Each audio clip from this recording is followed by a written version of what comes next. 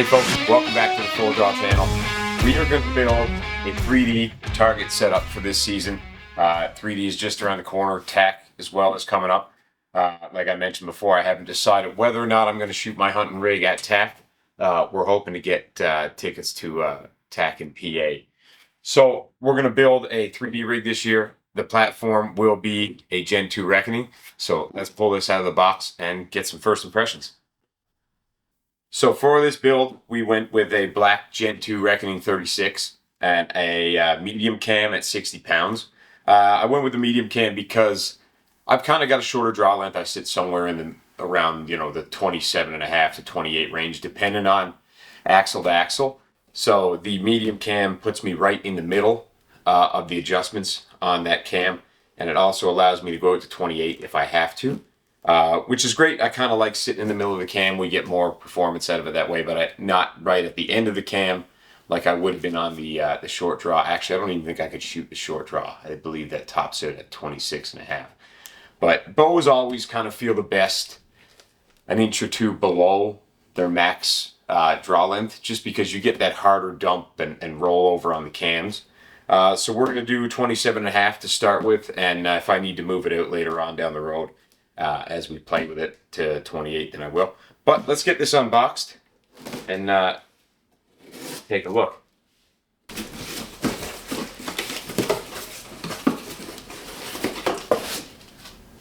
New hat. That's great. I love when bows come with the hat. It's good. It's awesome. Let's pull some of this out. Get out of here.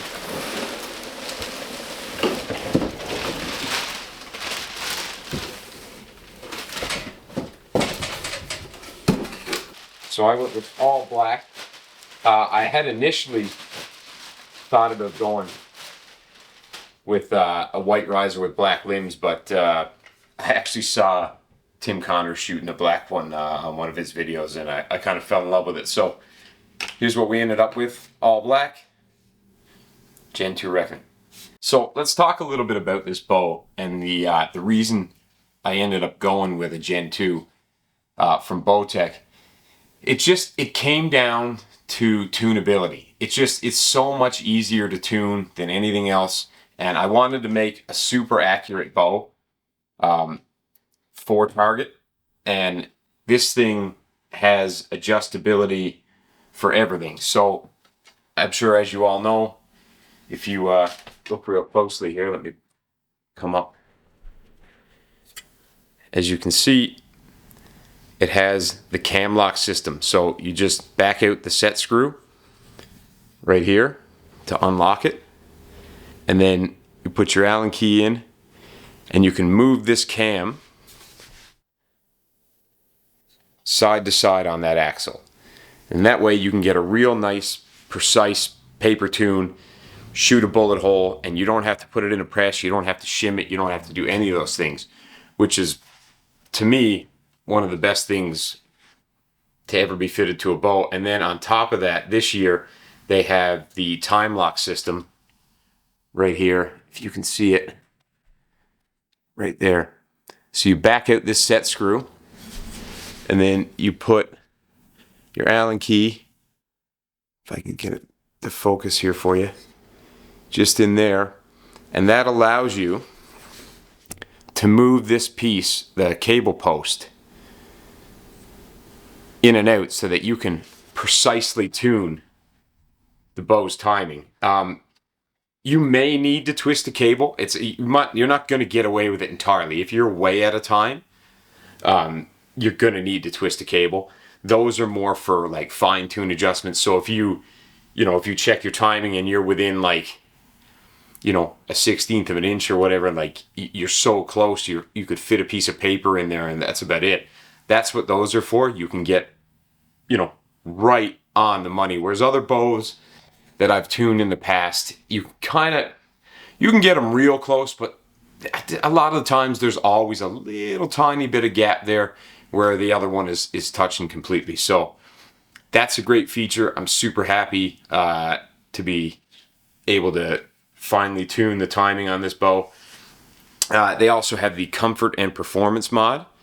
So you can just basically just flip that disc and that will give you a comfort or performance setting. Performance will give you a little bit more speed. I think it's about 8 feet per second, 8 to 10 feet per second, depending on the bow, that you'll get extra. We're going to leave it in comfort. I don't really have any desire to shoot a super fast target bow. We're just going to lighten up the arrow to get the speed and the flatter trajectory. The other nice feature on this bow is no more changing out grips, which is super cool. If you look here, you can just back out that screw, back out this set screw, put an Allen key in the front of that bow right there, and you can adjust the angle of this handle. So if you want to shoot a little bit more high wristed, if that's how you're more comfortable with your wrist sort of up like this more, you can. If you want to keep it flat, you certainly can as well. But a lot of real cool features on here. I can't wait to shoot it. The orbital dampeners come on there, so we'll check the physical weight of the bow here shortly, and I'll give you an exact weight with the dampeners on. Yeah, so let's go ahead. Let's get started. Let's get the tags off of this thing, and let's check it out. So Bowtech is saying 4.6 pounds for this bow bear. I'm assuming that's without the orbital dampeners on there. But so, they're probably, 0.2 of a pound altogether. So we'll get a physical weight on the bow now.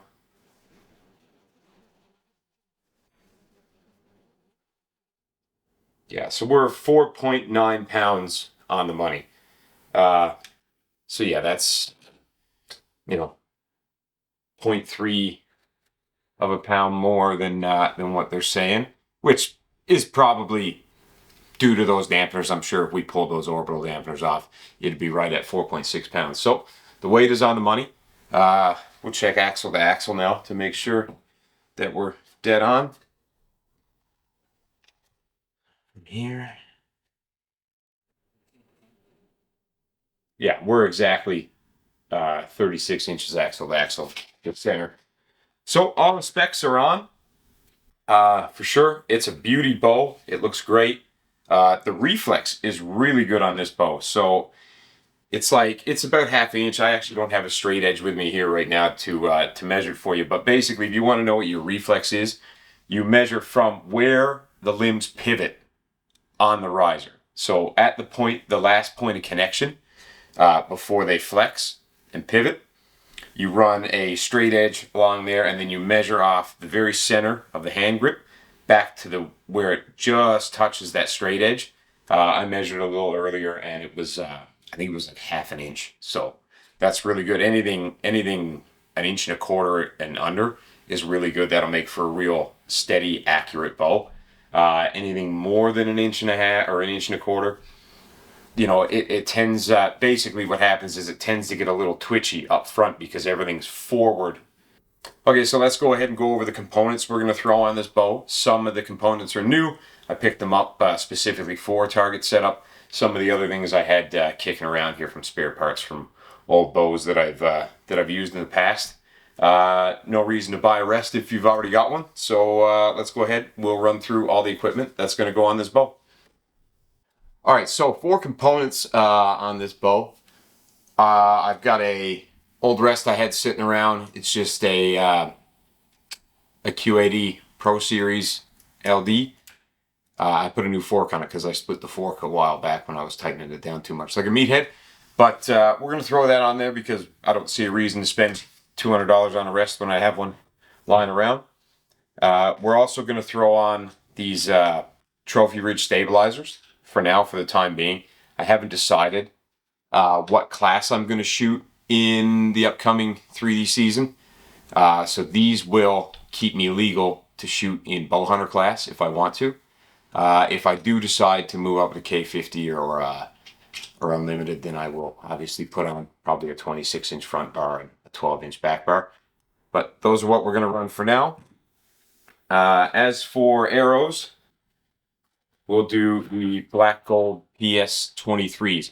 I went with the 23s because for a 3D setup, I know a lot of guys use the 27s, but wind is going to affect those arrows a great deal. There's a lot of surface area for those arrows to catch some wind. It's not so bad, obviously, when you're in the forest, shooting down lanes and all that stuff. But when you do shoot-offs, because a lot of 3D shoots have shoot-offs, they're usually done in a field. And I'll tell you, those big arrows can drift quite a lot. And also due to spine as well, these were going to fit me a little bit better due to my draw length. And they're a bit lighter, so I can get some more speed out of the bow with a flatter trajectory, which will make us more accurate in the long run.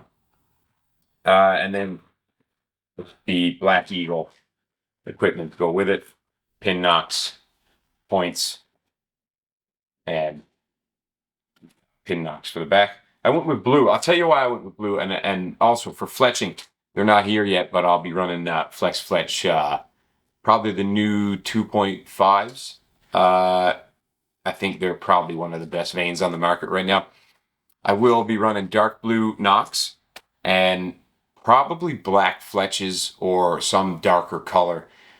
It gives the people shooting with you less to aim at. If you have bright fletches on and you're the guy to shoot first, and you make a good shot, you're kind of giving them a marker to go by. It gives them a little bit of an advantage of anybody shooting behind you. So, and then we're also going to run hot melt for now. Normally, I use the epoxy to put my points in and stuff, but I cut those arrows at 28 inches just because I want to play with the draw length on this bow a little bit. And when it comes to target, the shorter your arrow, you can get back to where the rest starts, the more accurate you'll be. So hot melt will allow me to just put the end of the arrow in a bit of hot water, pull the end, and I can shorten them up if I want to. So if you haven't decided what you want to do when it comes to arrow length and stuff like that and draw lengths, just get some hot melt. You can always put it in a pot of hot water and pull the points out and make adjustments again. And then for sight, we went with the new Axcell Landslide. This thing is really, really cool, man. It's got a lot of great features on there, a lot of adjustment. It's super light with the carbon fiber rail. And I went with a 31 size scope. And if I do move to K50, I will put a lens on it. And but for now, we're going to run it with no lens. And we'll end up putting a Raptor peep in, or maybe a podium peep, because that allows me to thread in different size diameters for getting a better eclipse for my scope ring. So yeah, those are all the components we're gonna run on this bow for now, and let's get building. So we'll fluff up the end of our D loop here. That way we can get burn our end down. So we'll just make a J. Everything sits on that side of the string. We'll bring everything through.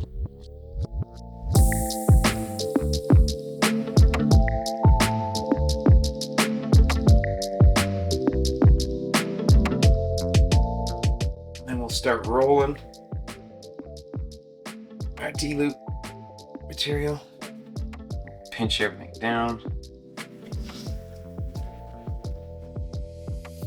Have a nice tight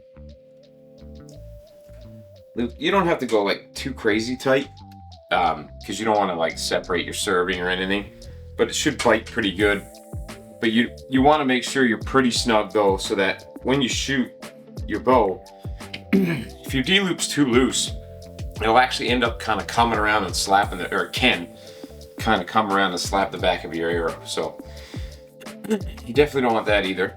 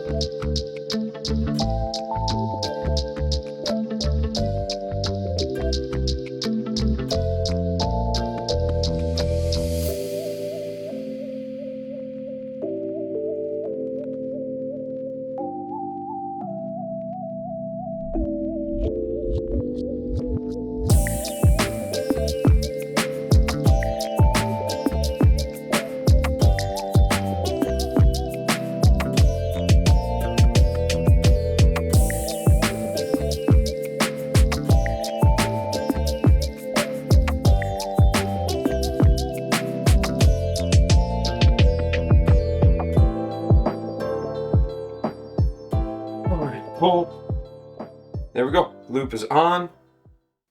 So before we can set timing, we have to set our draw length. So I'm 27.5. So right now this bow is set at 29.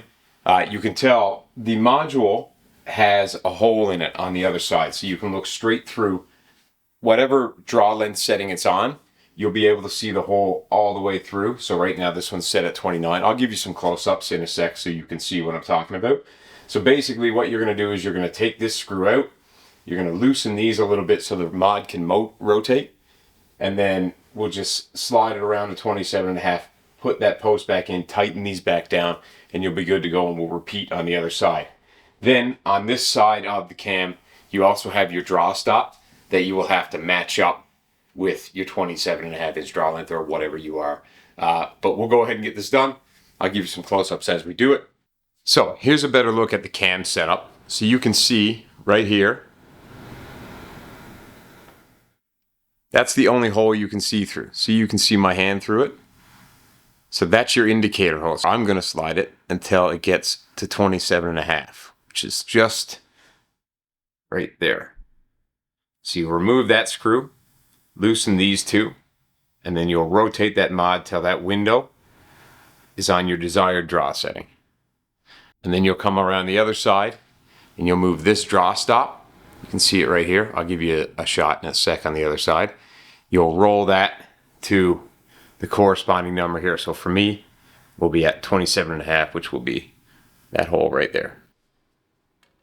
So we'll pull this screw, loosen these out, back that all the way out. These are great. Bowtech's got some great designs for guys. If you're just getting into working on your own equipment, it's fantastic. So let's see if we can find. Sorry if I'm blocking your view here. Right there at 27.5. Looks to be.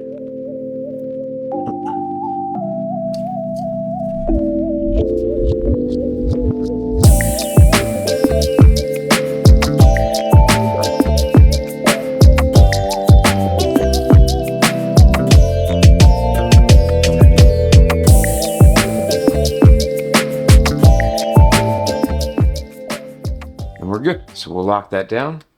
Now when it comes to your draw stop, you can see it's over here on the back side. You're just going to take that screw out, and you can see it's set at 29 now. We're going to move it down to 27.5, thread it back in, and that's it. So we'll go ahead and pull that now.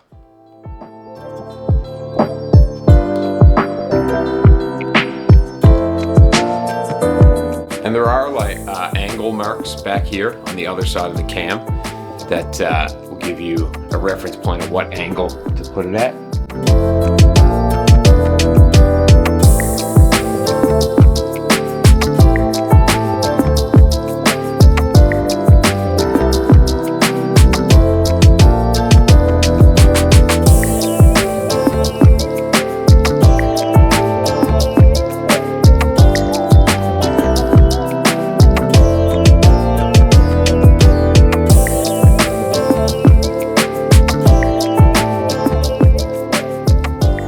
Good. So now we've got the draw lens set on the top cam. We're just going to repeat it on the bottom cam, and then we will throw it on the draw board and check our timing and see where we are. We'll make some adjustments if we have to. So now we're going to check our timing, so we'll throw it on the draw board here. And just be real careful if you are doing this at home. Like, I want a new draw board. I really don't like this one very much. It's just the post and the crank that comes with the Last Chance, or the Last Chance Easy Green press. I'd really rather one of the vertical ones and something that kind of holds the bow a bit better. But right now, this is what we're working with. So this brought over here.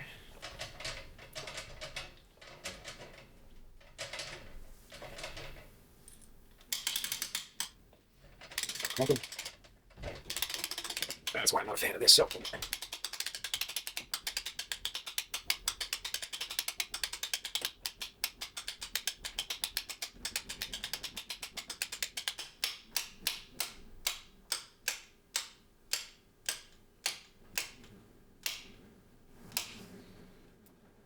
almost touching there. One more click. That one's good. That one's good.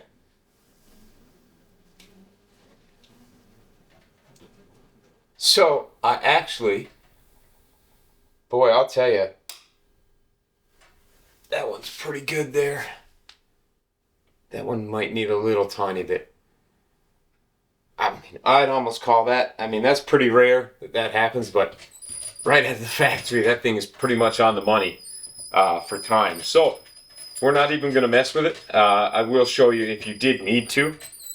Again, like we talked about at the start of the video, there's just one screw right here on the time lock system that you back out, and then you put your Allen key in here, and that's your drive screw, and that will move this post up or down as well as the bottom, and you can fine-tune your timing. But this thing is, it's on the money, so I don't think I'm gonna mess with it too much, but I will show you a real close-up again here. So again, there's your lock screw, so if you just back that out, and then you go here to your drive screw, put your Allen key in there, and that will drive this post up or down, and that will set the timing for your draw stop to come around properly, which is right here. All right, let's go ahead and get some components thrown on this thing and get it set up so we can hit the range in the next day or so. Okay, so we'll bolt our rest on now, and then what we'll do is we'll get center shot, which is 2 centimeters off the riser to the center of the rest, and that'll give you a good starting point. And then we'll set our height for our rest, level our arrow, and bolt our sight on. Now I am going to use 2 bolts for my rest. I do like the fact that it has 2 holes. That way we can bolt our rest on, and I don't have to use that set screw that kind of scratches up your riser and stuff. Okay, rest is all bolted on. Just gonna snug it down now. Make sure we're pretty well level here. There we go. And up.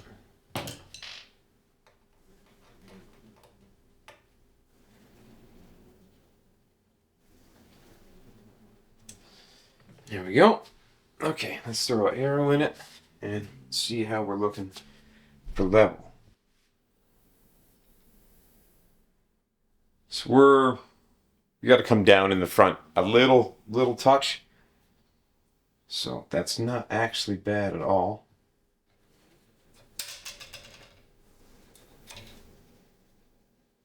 Actually pretty good. Okay, so we'll back that screw out.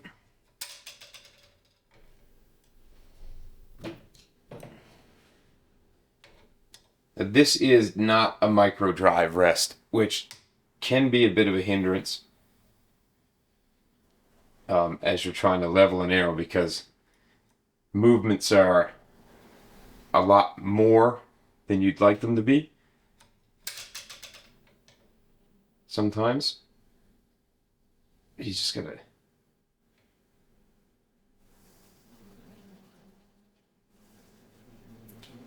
small movements at a time. And that should. We're pretty good there. Hard to beat that. We're good there. We'll get our cable tied on now.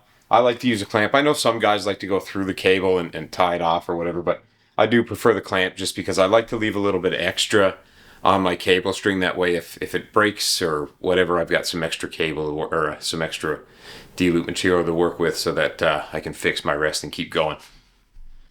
So we'll grab some D-loop material here.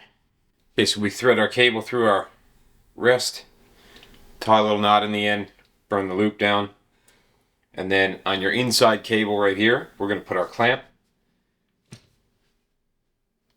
These are, or can be, a little bit of a pain to put on, but like I said before, I do prefer them just for the fact that they do make life easier if things do go wrong. You don't have to mess around as much, or you don't need a press to get your cable slack enough so that you can put your cord back through. So we're just going to tighten this up now. Just a little bit. We'll just kind of set our cord a little right here. Tighten it down the rest of the way. We really just want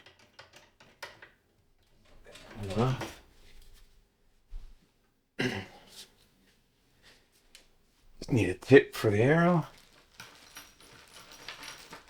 You should never draw your bow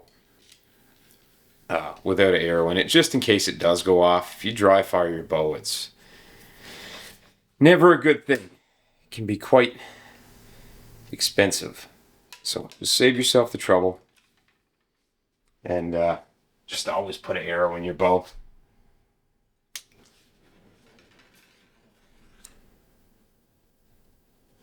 And bring it to the slack there.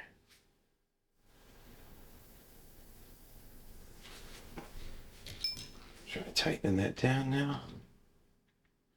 Let's see if that gets us. So you just want these lines right here. You want that line to just pass this one at full draw. Then you know the mechanism inside is activated. And then your rest will function properly. A little bit more. I'll tell you, 60 pounds is a lot nicer to draw than 70. I'm sure it'll also help improve shooting. Make your accuracy drawing a little bit lighter weight. There we go. Beautiful. So we'll tighten that down the rest of the way now. Snug everything up. Cut off any excess cable. That. I'm just going to lob off a good portion of that string. But I'm going to leave probably, I don't know, 1.5 inches, 2 inches maybe. Just in case I have some problems down the road. So what I'll do is I'll just take the end of it and I'll fluff it up a little bit, kind of like you do with a D-loop. And we'll just burn it down so it doesn't fray on us. There we go. And we're good. Rest is all set up. We might replace that with a little thicker D-loop cord down the road, but for now that'll do. All right, let's bolt on, let's get our stabilizer mounts bolted on.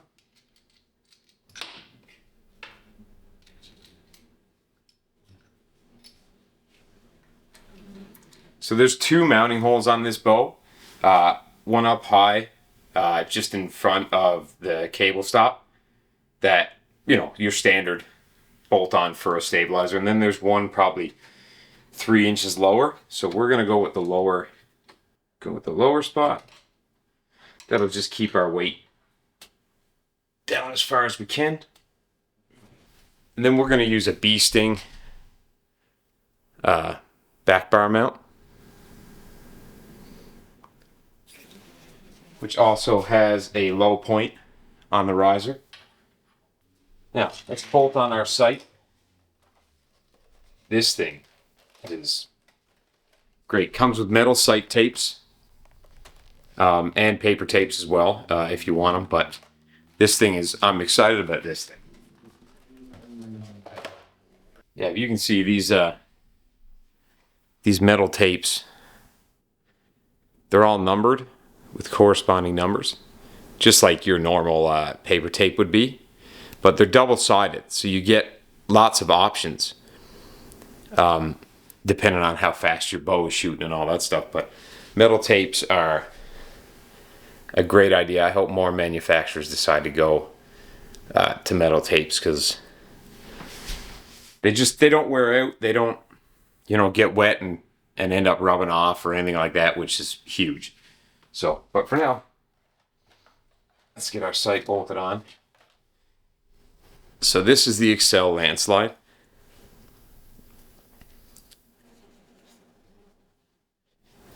It's a single pin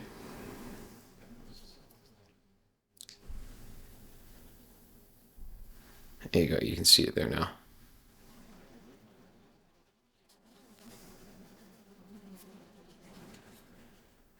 With a carbon rail. And then this is where your tapes will go. It is only a single pin because I'm only running it for target. So anyway, great sight. It rolls real smooth.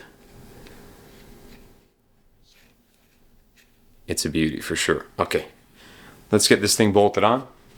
So we're just going to remove this from the rail, bolt it on the bow, and then we'll slide the dovetail back in. All right, we'll get the dovetail mount bolted on.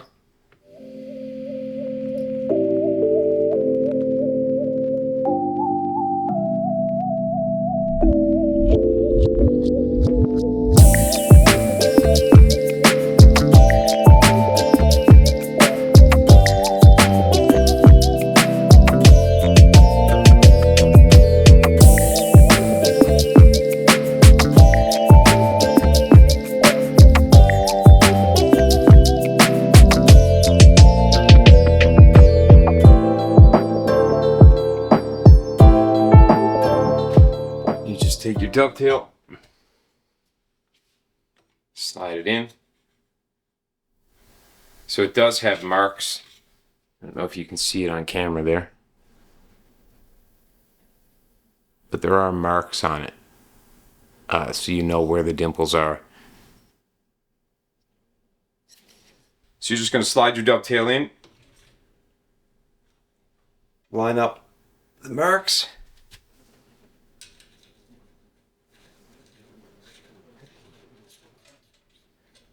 Thread in your stop. You can kind of get to the point where it's like kind of snug. Back it out a little bit, make sure it's locked in. You can kind of feel it. And you're good to go. And now we'll pop all of our stabilizers on.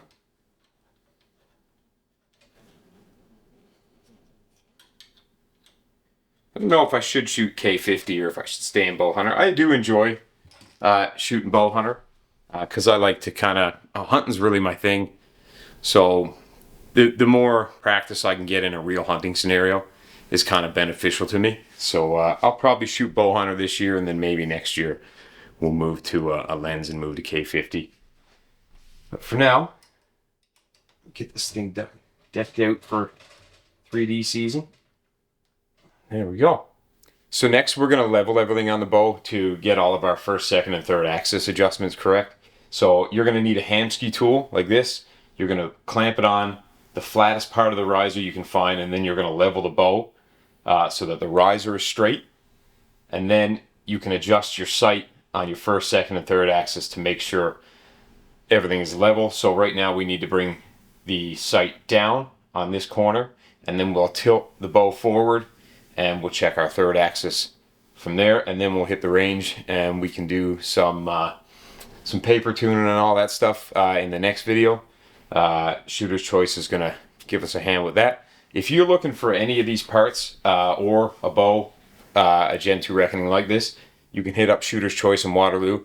They're a great bunch, super knowledgeable. They'll help you out as best they can. If they don't have it, which they probably will because they have a real good, pretty big selection in there, they can certainly order it in for you and help you out. So to set your first axis, you're just going to back out the two front screws a little tiny bit, and then get your bubble in the center.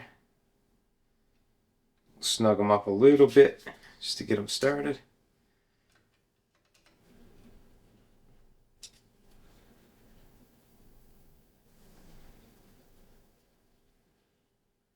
That looks pretty good right there.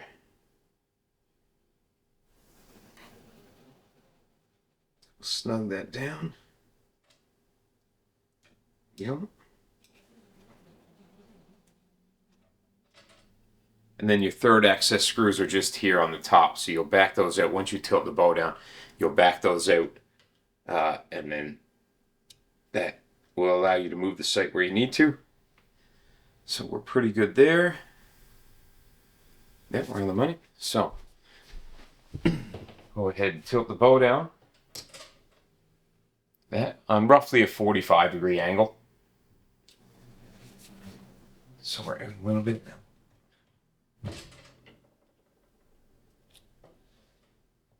I'm not working with what you would consider the best vice on the planet for bows right now.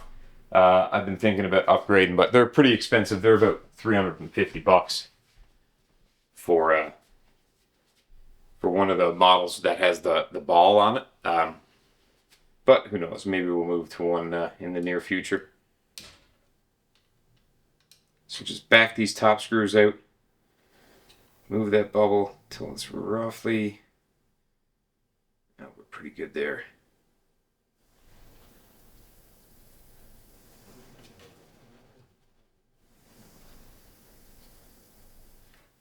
These Axcell sights are super easy.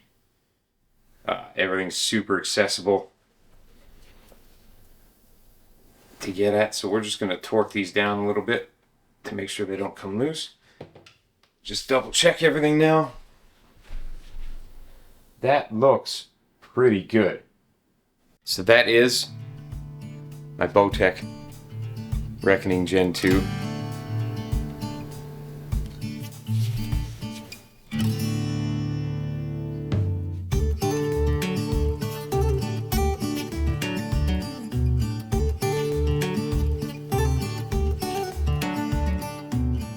Goes. All right, folks, thanks for watching. Please like and subscribe. It certainly helps us out to grow the channel, the podcast. We've been having some great feedback from you guys. It's been great. We really started this whole podcast just on a whim because we love hunting and we love archery so much, and me and my brother would just spend hours talking and planning hunts, and we decided to just make a podcast out of it. And we never expected to grow as far as we have. It's not huge still, but we're getting there. We grow every show. We get a few more listeners and a few more subscribers, which is amazing. We thank you guys very much. If you've got any requests, any reviews you want to see on some gear, it doesn't have to be bows or archery equipment. It can be, binos, hunting gear, saddles, any of that stuff. We've got some of those planned anyway, but if you guys want to see something in particular, let us know. And again, thanks for watching.